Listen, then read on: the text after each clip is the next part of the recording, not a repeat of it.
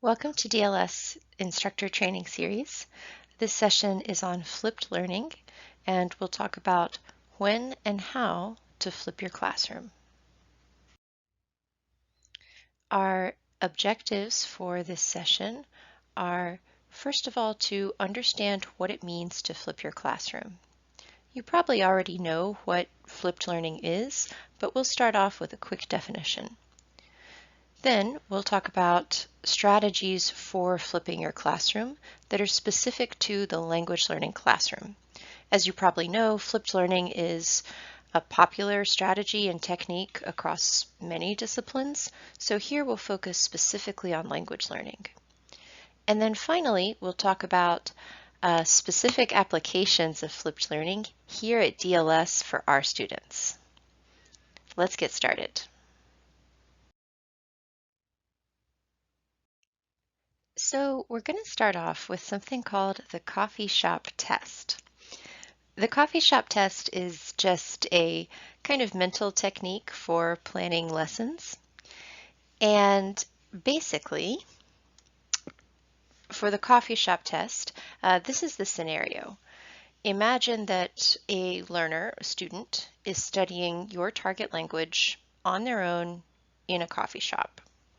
So they have a dictionary, a laptop, online resources, YouTube, and they've probably bought a grammar book.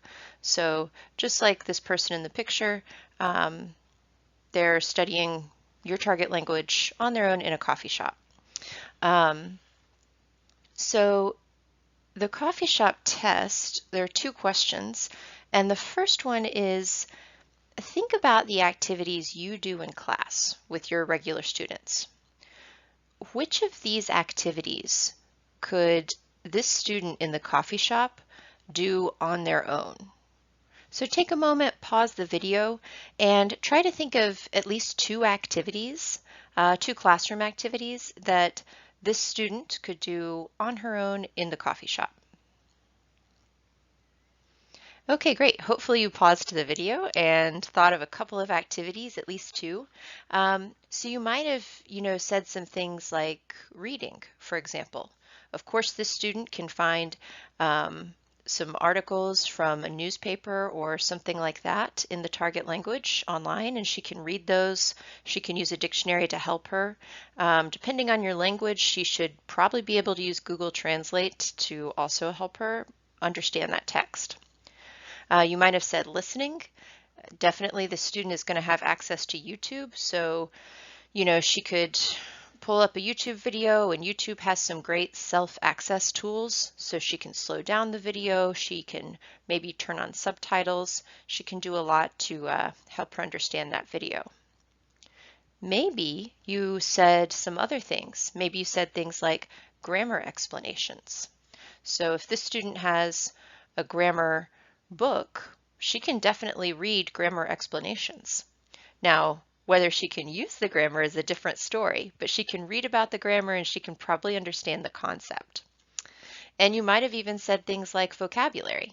This student, again, can take, a list of vocabulary and she can look it up in her online dictionary. So you might have said some of those things, maybe reading, listening, maybe grammar explanation, and maybe vocabulary.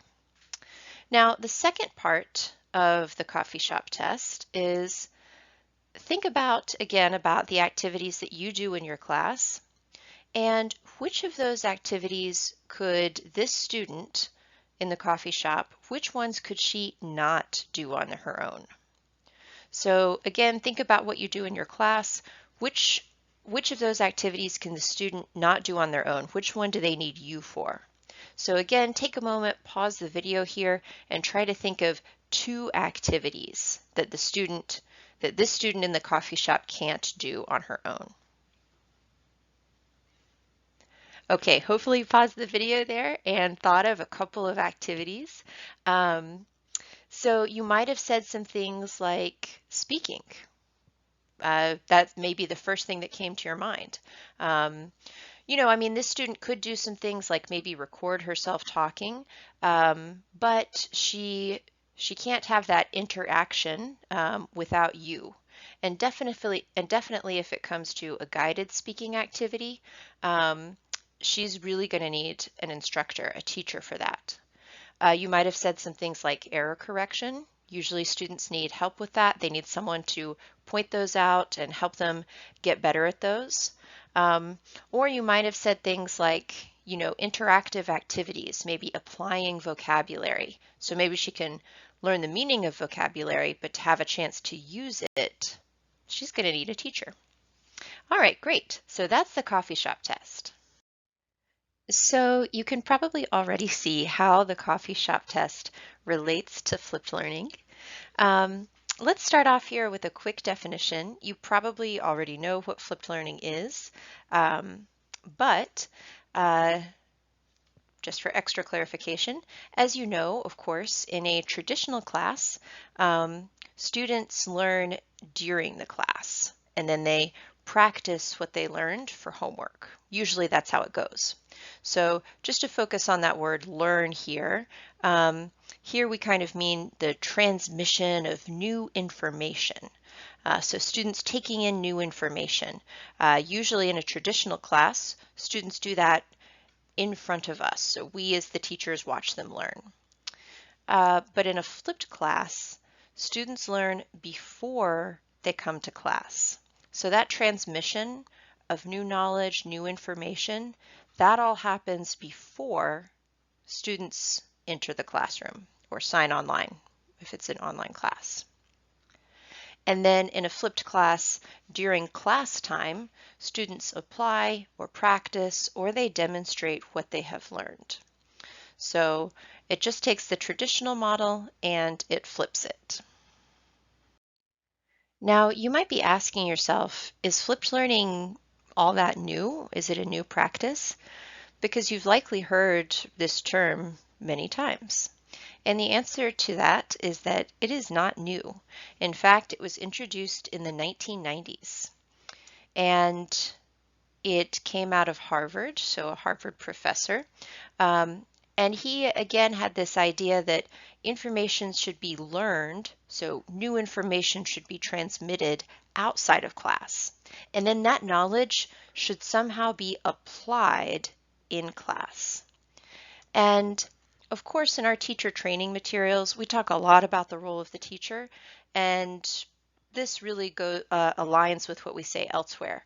So when the students are applying their knowledge, the role of the teacher changes from someone who gives information to someone who's more of a coach, so who gives feedback on what students are doing. So why do flipped learning? What are the benefits of it? You may be thinking, well, I can think of some challenges of flipped learning, and definitely hang on to those ideas because we're going to get to that later on in this video. But take a moment and pause the video now. Think about what are some of the benefits of flipped learning. Maybe you've tried this in your classes, maybe you do it regularly in your classes, or maybe you've seen others do it. So take a moment, pause the video, try to think of one or two benefits. Okay, great. So hopefully you paused the video and thought of a couple of benefits. Probably the number one benefit for language learning is that flipped learning allows more time for interaction for the student.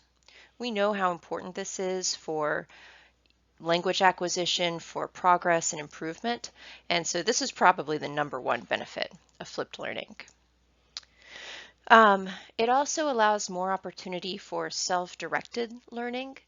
So as the student is doing that learning process at home, where they're watching the YouTube videos, they're slowing them down, they're repeating as many times as they need to.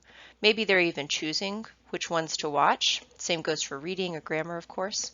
It allows them to really personalize it to their style. And so this can really result in some very personalized a learning process. And then, of course, that increases learner autonomy. So students become hopefully a lot more autonomous and a lot more capable of managing their own learning. And then finally, there is some research showing that flipped learning yields to better learning outcomes. So of course, that's something we want to maximize.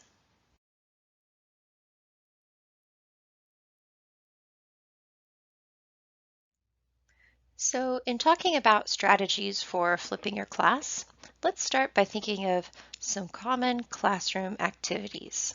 So maybe go back to the coffee shop test, all of those activities you thought of, and see if you can brainstorm any classroom activities that aren't in this word cloud here.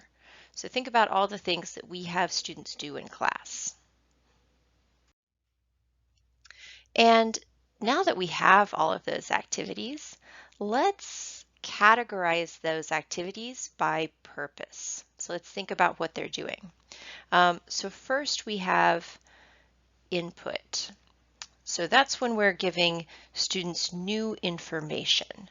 So that might be new vocabulary, a grammar explanation, or reading and listening. And then there's process. And that's when we focus on the process of, helping the student or supporting the student to understand that input. So this might be something like reading comprehension questions, or listening comprehension questions, or maybe grammar practice. All of those are processing activities. And then finally, there's output. And then of course, this one is where the student produces something. So this is going to be usually a speaking activity in our classes. It could be a writing activity of some kind, although our students don't do writing as much, but definitely all of our speaking activities fall into this category. So let's just look at a few more examples here. So you can see that input focuses on transmission of knowledge. So this is that new information. So we've got reading, listening, grammar explanation, and new vocabulary. You can probably think of some more too. Then we have process, and that's where the student is understanding the new information. So here we have reading comprehension questions, listening comprehension questions or activities, grammar or vocabulary practice, and maybe vocabulary review or grammar review. And then finally, we have output. And so here we see all of our speaking activities that we do with our students. So presentation, maybe a conversation or a guided speaking activity, a discussion, debate, etc. So now that we've seen all of those activities, now that we have them categorized here by purpose, take a moment, and you can again pause the video here. Which of these activities are good candidates to be flipped? So take a moment and think about that. Pause the video if you'd like. Okay, so hopefully you paused the video there and thought that through. So here we can see that we've put a circle around what activities are good candidates to be flipped. Now this definitely depends on your student a little bit, and their comfort with flipped learning, but definitely the activities in this first input category, these are great candidates to be flipped. And then these in the process category, this will probably depend on your student a little bit. Some of them, like reading and listening comprehension, definitely are great candidates to be flipped. Some of them you might want to do in class with some students, others you might want to flip with other students. And here's one more way to look at, what we flip and what we don't flip. So of course we're familiar with our favorite Bloom's taxonomy, and we can see here that at the bottom of the pyramid, we have activities that focus on remembering and understanding. So these are our input activities, and these really form the base of the pyramid, the foundation. And these are great things that the student can do at home. These are great to be flipped, where the student can really personalize it. And then we can see that process, which is kind of halfway through understand and apply, it kind of overlaps that. We can see that, again, we kind of overlap that with flipped versus in class. So sometimes it's good to flip, sometimes it's good to do in class. And that might be on a case-by-case basis. And then we can see all of this output up here. So applying, analyzing, creating, evaluate. These are all our productive activities. These are great to do with students in class so that you can design that learning experience for them to demonstrate what they've learned, and then so you can coach and give feedback on it. So now let's talk about applying a flipped model at DLS, thinking specifically about our students who are adults, who are professionals, and how we can think about implementing a flipped model with our students here. So at DLS, we have, of course, many different types of classes, as you know, and flipped learning is going to look different for each of those classes. So let's take as an example, let's say you're teaching a full-time DLI class. So this is 6 hours a day, 30 hours a week. It is full-time. It's the student's full-time job to learn this language. So in this case, you already have 2 hours of semi-autonomous time built into your schedule.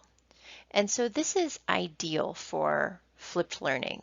This gives us a lot of potential for flipped learning here. So flipped learning, of course, can be review, grammar, vocabulary, etc. You already do a lot of that most likely, but it can also be preview of new content or research on a cultural topic. And then this really allows the lesson time to be devoted to interaction and application.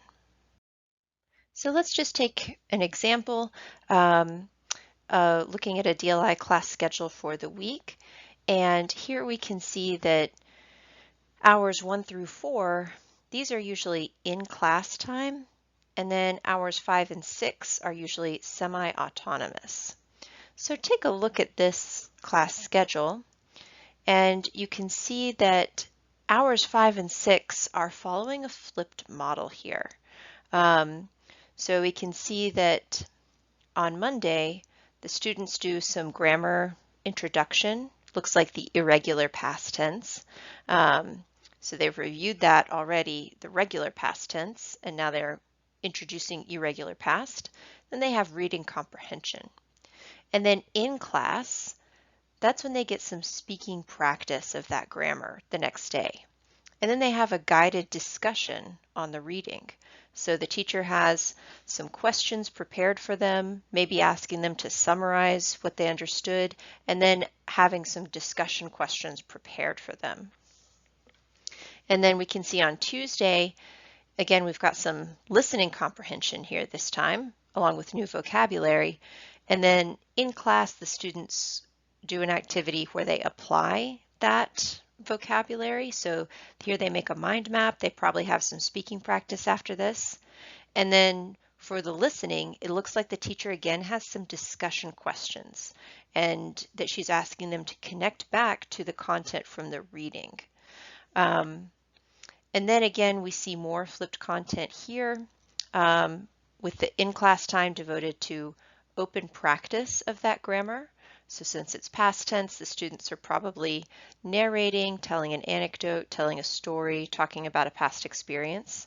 And here, the teacher has prepared an activity where they have speaking practice that allows them to integrate the grammar and vocabulary. So they're kind of getting that extra reinforcement.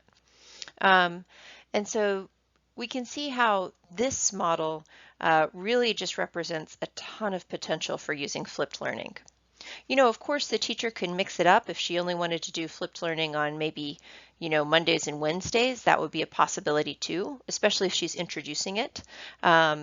But overall, there's just a lot of potential for flipped learning here. Now, of course, at DLS, we also have part-time classes. This can be anywhere from 1 hour a week to, 4 to 6 hours a week. So we can definitely see a lot of benefits for flipped learning. We only get those students for a couple of hours a week, so flipped learning allows us to really maximize that in-class time. But with part-time classes, we usually run into the reality that our students are busy professionals. They have families, they have children, they might be juggling a full-time job at the same time that they're taking our language class. So in those cases, of course, we have to be sensitive to their schedules. We want to work with our students, and we want to, we really want to be sensitive to their context and situation. So in that case, we need to be flexible, and we need to, just experiment and see what we can do in that case. In some cases, we may not be able to implement a flipped model, and that may just be the reality, and that's fine. We need to be sensitive to our students. But in other cases, it's still possible to get the benefits of flipped learning by just giving the student some bite-sized chunks. So let's take a look at an example of that. So here's an example of a part-time schedule. So let's say it's 4 hours a week. And they have 2 hours on Tuesday, 2 hours on Thursday. So here you can see the in-class activities, and here you can see the flipped portion. So here the teacher is giving the student, this is probably a low-level student, a grammar introduction on there is, there are, and the student just reads it for 5 minutes, and then maybe does 5 minutes of listening, 5 minutes of vocabulary. So that's only 15 minutes. That's not a lot. And then in class, the teacher has a speaking practice activity where the student describes what's in the room. So of course this is practicing there is, there are. And then some vocabulary practice. And then we can see again that the teacher has really made this grammar for the next flipped section into a bite-sized chunk. So first person, regular verbs. So she's only doing the first person. So she's really, really making it bite-sized, and then they'll practice it in the next in-class session.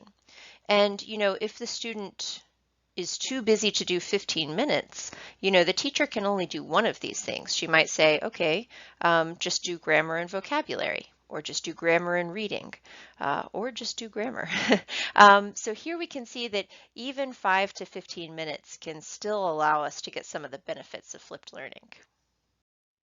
All right, and just some final notes to wrap up. If you want to try flipped learning, definitely feel free to try it out in small steps and see how you like it, see how your students respond to it, get their feedback and see what they think. Sometimes flipped learning can involve a bit more planning for the teacher, especially at the beginning, but this is usually offset once the teachers and the students are used to it. So that's just something to be prepared for. And then, of course, as always, when you're trying a new technique, feel free to be creative and experiment with what to flip and how much to flip. So you might find it works best for your students just to do bite-sized flipped learning, or you might want to try and flip your whole class. So try out different approaches, get your students' feedback on it, and always feel free to let us know how it goes. So feel free to share with your LTS if you try it out, or share with their teacher training department. We always love to hear what you're doing in classes and how it works out for you. Thank you so much. If you have any questions, feel free to reach out to your LTS.